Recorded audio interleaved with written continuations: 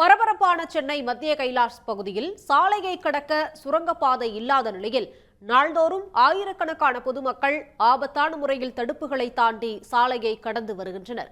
இதற்கு என்னதான் தீர்வு? இதோ விரிவாக பார்ப்போம்.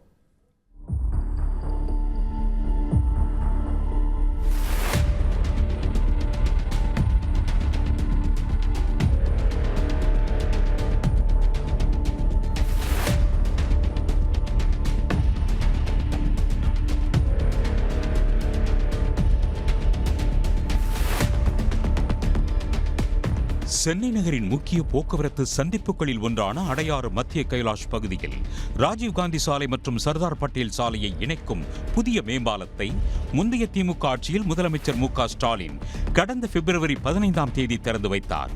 இந்த மேம்பாலம் திறக்கப்பட்டதன் மூலம் கிண்டி, அடையாறு, மத்திய கைலாஷ், ராஜீவ்காந்தி சாலை ஆகிய பகுதிகளில் போக்குவரத்து நெரிசல் குறைந்திருப்பதுடன் பொதுமக்களின் பயண நேரமும் குறைந்துள்ளது.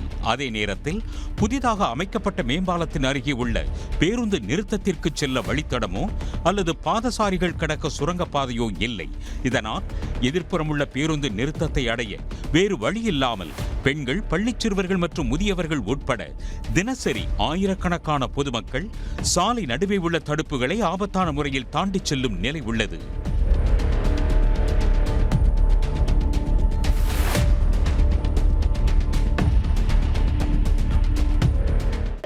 இங்கேருந்து போனோம்னா லாஸ்ட்டில் காந்தி மண்டபத்தாண்டு தான் போனோம். அப்படி இல்லைன்னா மத்திய கைலாசம் அந்த ரயில்வே ஸ்டேஷனாண்டு தான் போனோம். இதுக்கு ஏதாவது ஒரு சுரங்கப்பாதையோ ஒரு மேல் பாதையோ ரெடி பண்ணிங்கன்னா போக வரத்துக்கு நல்லா சௌகரியம் இருக்குங்க. இதில் சிக்னல் திரும்புகிறவங்க கொஞ்சம் ஆக்சிடென்ட் கொண்டே ஆகுது.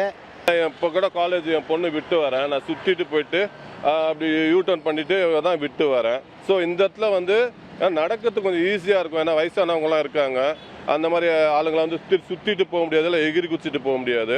ஸோ அதனால் இங்கேருந்து ஒரு சப்வே மாதிரியோ இல்லை மேலே போகிற மாதிரி ஒரு பிரிட்ஜு மாதிரியோ இல்லை சப்வே மாதிரி பண்ணிங்கன்னா கொஞ்சம் நல்லாயிருக்கும். இது ஒருபுறம் இருக்க, சென்னை ராஜீவ்காந்தி சாலை டைடல் பார்க் சந்திப்பில் சாலைகளை கடக்க நடைமேம்பாலம் இருந்தும் அதை யாரும் பயன்படுத்தாமல் ஆபத்தான முறையில் சாலையை கடந்து செல்கின்றனர். நாளை எத்தனை பேர் ஏற்றிருக்கோம், கையை காலை ஏற்றிருக்கோம், சில பேர் வச்சிருக்காங்க, திட்டுவாங்க, சண்டை போடுவாங்க. எங்கிட்ட ரொம்ப கஷ்டம் எங்களுக்கு. 8:30 மணி மேலே பார்த்தீங்கன்னா கொஞ்சம் ஒரு ட்ரெயினில் 100 பேர் மேலே 200 பேர் மேலே வராங்க. அது எல்லாமே ரோட காசு பண்ணுறவங்க தான். படி யாருமே ஏறவே மாட்டாங்க. சரிங்களா? அது படி ஏற அளவுக்கு யாரும் அரசாங்கத்தை முயற்சி எடுக்கணும். ஒரு எக்ஸ்டெண்ட் மாரி போடணும், இல்லை லிஃப்டாச்சு ஏற போகணும். போட்டால் சௌகரியமாக இருக்கும். எங்களுக்கு சௌகரியம், ஓட்டுற அத்தனை டிரைவருக்கு சௌகரியமாக இருக்கும், மக்களுக்கும் சேஃப்டி இருக்கும்.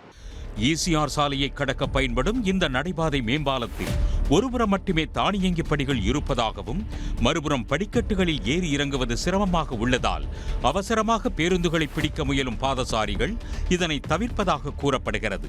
எனவே இருபுறமும் தானியங்கி படிகள் அமைக்கப்பட்டால் பாதசாரிகள் ஆர்வத்துடன் பயன்படுத்துவார்கள் என்ற கருத்து முன்வைக்கப்படுகிறது. ஒருபுறம் சாலைகளை கடக்க முறையான வசதிகள் இல்லாத காரணத்தால் பொதுமக்கள் ஆபத்தான முறையில் சாலைகளை கடந்து வந்தாலும், மறுபக்கம் அனைத்து வசதிகளும் சரியாக இருந்த போதிலுமே பொதுமக்கள் ஆபத்தான முறையில்தான் சாலைகளை கடந்து வருகின்றனர். முறையான போக்குவரத்து விதிமுறைகளை கடைபிடிக்க வேண்டும் என்பதே போக்குவரத்து காவலர்கள் மற்றும் வாகன ஓட்டிகளின் கோரிக்கையாக உள்ளது. சன் செய்திகளுக்காக ஒளிப்பதிவாளர் கார்த்திகேயனுடன் செய்தியாளர் நாகார்ஜுன். உடனுக்குடன் செய்திகளை தெரிந்து கொள்ள சன் நியூஸ் பெல் ஐகானை கிளிக் பண்ணுங்க.